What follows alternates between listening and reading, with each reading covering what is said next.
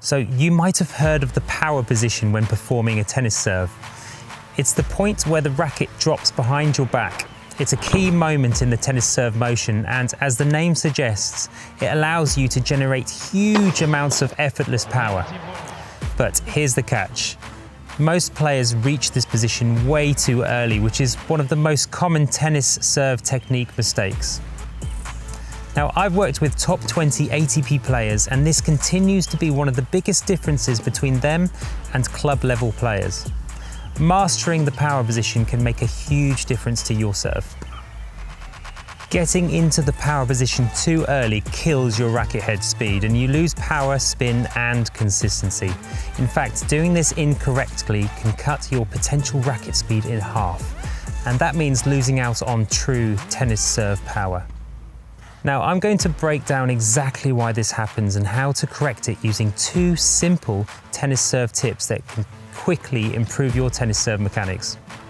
But first, I've made a free PDF which explains all this in more detail, and if you want a copy, then comment tennis serve technique down below and I'll send you a link to access it. It all comes down to the trophy position, another fundamental part of the tennis serve technique. This is the classic setup you see in photos.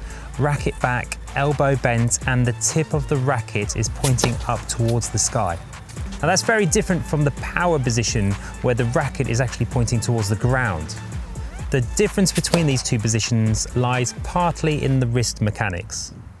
In the trophy position, the wrist bends slightly towards the little finger, and this is called an ulnar deviation. Basically a sideways bend of the wrist, like a royal wave. This sets up the wrist to move later in the opposite direction, a radial deviation towards the thumb.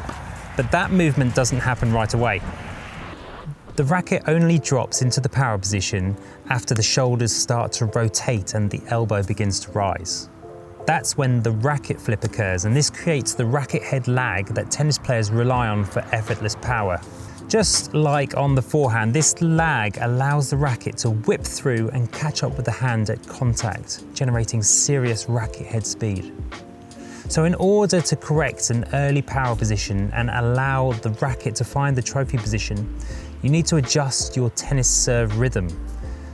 The key is slowing down your racket arm so it doesn't collapse into the power position too early. Lift your racket arm slower than your ball toss arm. By disconnecting the 2 arms, you'll give yourself more time and allow the racket to stand tall in the trophy position. It may feel awkward at first, like tapping your head and rubbing your stomach, but with a little practice, it becomes second nature.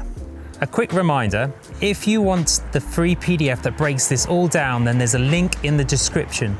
Or better still, comment tennis serve technique down below and I will send it to you directly. Solution number 2 is to fix your ball toss rhythm. Your arms naturally want to move together, so if your toss is quick and jerky or rushed, then your racket arm will likely speed up too, causing you to speed through the trophy position and into an early power position.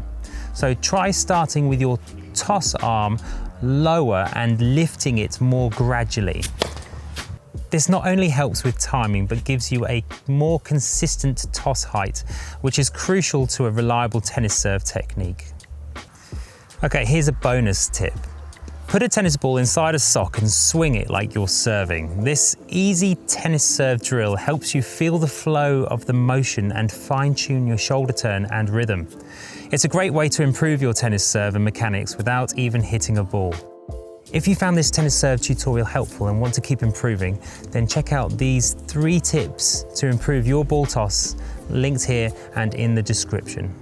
Hit like, subscribe, and I will see you in the next one.